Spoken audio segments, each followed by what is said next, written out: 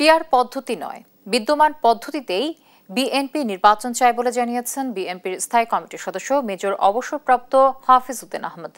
আজ শুক্রবার সকালে অগ্নিসেনা সোশ্যাল ফাউন্ডেশন আয়োজিত এক আলোচনা সভায় কথা বলেন তিনি। বলেন, সংবিধান সংস্কার করা নির্বাচিত প্রতিনিধিদের কাজ, অন্তর্বর্তী সরকার শুধু রূপরেখা দিতে পারে।